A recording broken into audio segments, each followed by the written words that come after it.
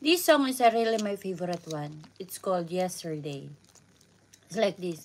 Yesterday, all my troubles seem so far away. Like that. My favorite song.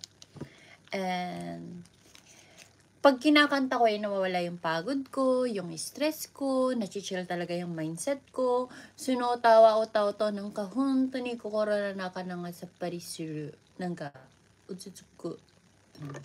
Yeah, yesterday.